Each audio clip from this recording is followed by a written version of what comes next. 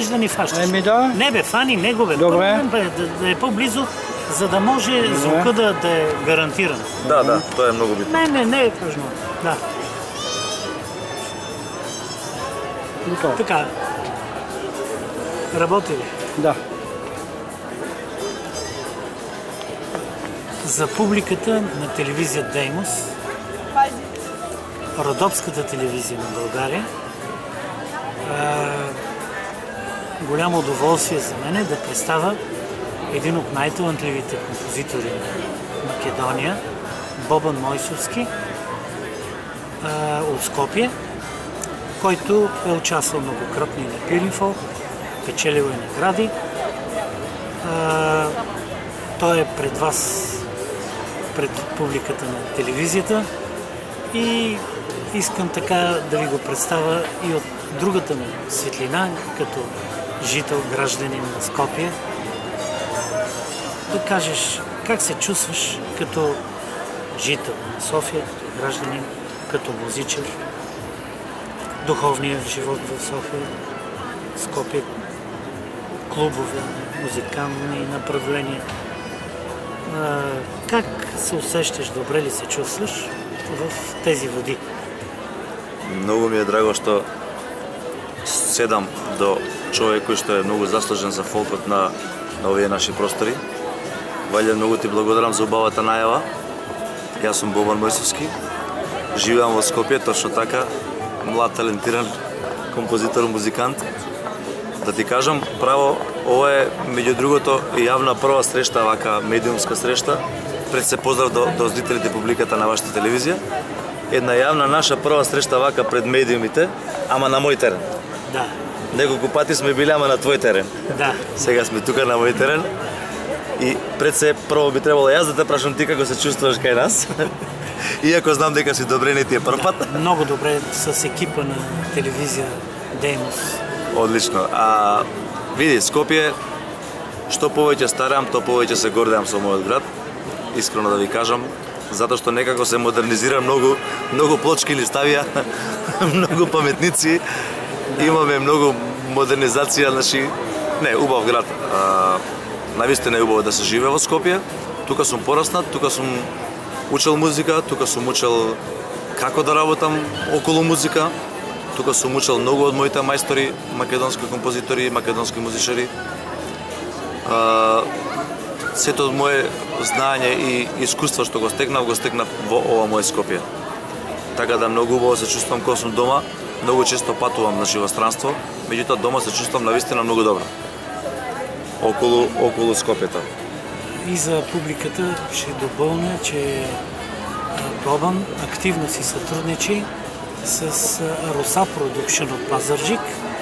Това е едната от компаниите, които имат квота за фестивала. И е писал за изпълнители от тази компания песни, които са се състезавали успешно в конкурсните програми на фестивала Пиринфолк. Много ми е драго заради това. Да. Бобане, ние днеска интервюрахме се така твои колеги, които пишат музика, певци. Предстои да интервюраме и поети, като Орце Зафировски и други певци, участници в фестивала.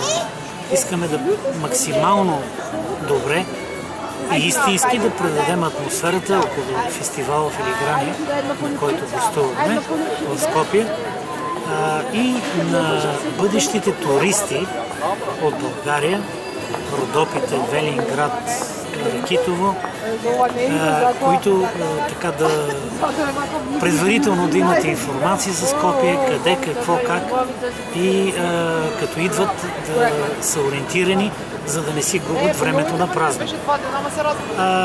Разбира се, това предаване има и друга цел, да представи тези творци и на българската публика, като автори, защото много от изпълнителите от България, прохождащи млади изпълнители, търсят и своя композитор или своя поет, текстописец, с който в бъдеще да си сътрудничат. Аз мисля, че те от това наше представяне на композитори, автори на текстове и други, ще могат да имат една от възможностите за реализация на своите творчески помисли като изпълнители, свързвайки се с вас, договаряйки се за реализиране на музикални проекти. Баш ми е драго дека повеќе од 10 години веќе таа соработка, тој мост трае и ќе трае.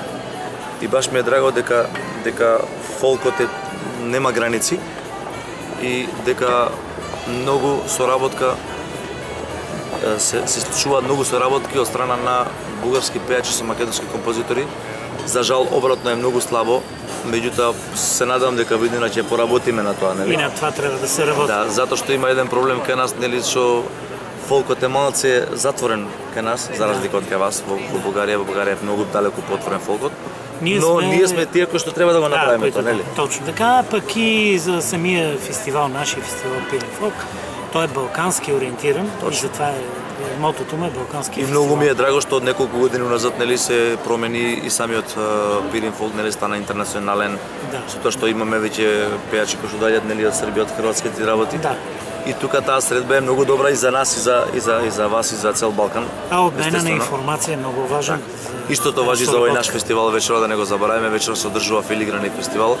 Еден доста популарен фестивал во Македонија, каде што со години веќе наназад имаме и, нели, бугарски исполнители кои што доаѓаат тука и представуваат наши македонски песни.